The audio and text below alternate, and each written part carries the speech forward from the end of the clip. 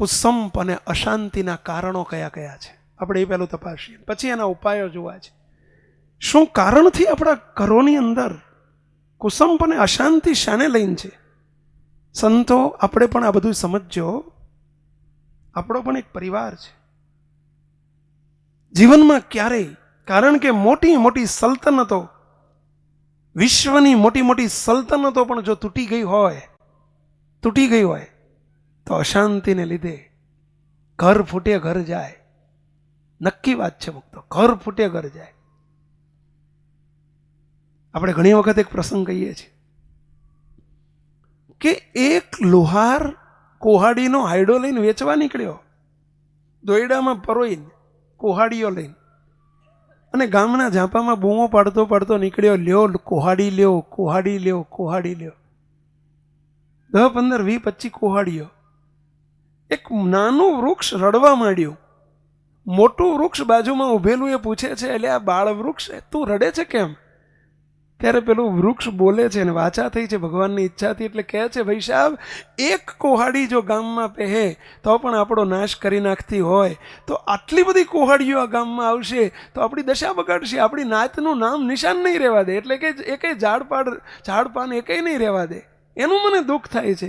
ત્યારે પેલું મોટું વૃક્ષ કહે છે, ચિંતા ન કરીશ બાળ વૃક્ષ, આપણામાંથી એનો જો કોઈક હાથો બનશે ને તો જ એ આપણો નાશ કરી શકશે.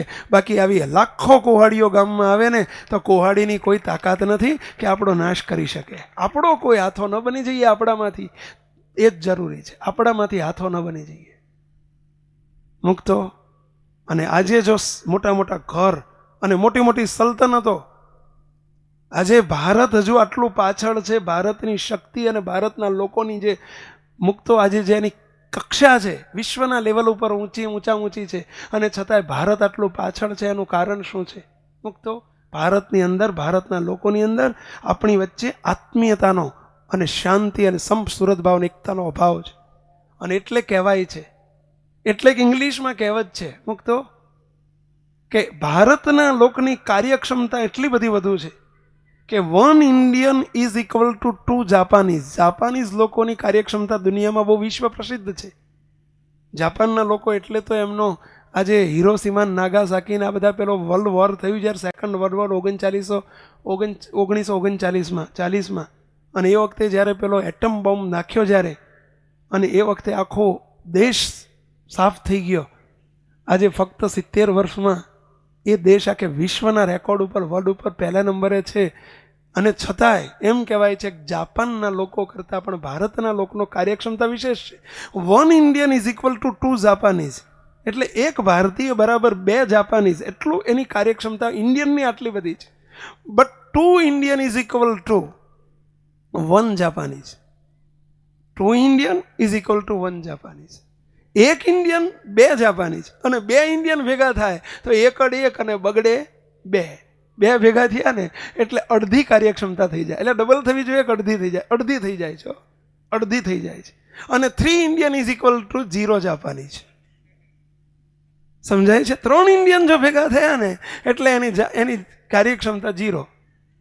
મીંડું એટલે કશું ના કરે. જાપાનીઝ એકેય એની આગળ કામ ના કરે. આટલી આવી દશા છે આપણી. અને એના માટેના કારણ શું છે આવું થવાના મુક્તો? શું કારણ છે? આપણે કારણ તપાસો અને પછી એના ઉપાય શોધો. ઘર, કુટુંબ અને પરિવાર, આ પણ બધો પરિવાર છે. આ એક આપણો પરિવાર છે. સંતોનો અમારો એક પરિવાર છે. તમારું ઘર એ તમારો પરિવાર છે. આજે મોટી મોટી ભયંકર, મોટામાં મોટી જબરજસ્ત સલ્તનતો ઉડી ગઈ, અને એના કારણ શું છે મુક્તો? કુસંપ. કરોડપતિ કઈ મિનિટે રોડપતિ થઈ જાય ખબર ના પડે ભાઈઓ. અને જ્યાં કુસંપ હશે ત્યાં મહારાજ નહીં હોય. એક વસ્તુ લખી રાખજો. ફૈબાનું દ્રષ્ટાંત એવું કહે છે, કુસંપ થયો, મહારાજ ચાલી નીકળ્યા. આપણા ઘરમાં પણ નહીં હોય, આપણા પરિવારમાં પણ નહીં હોય.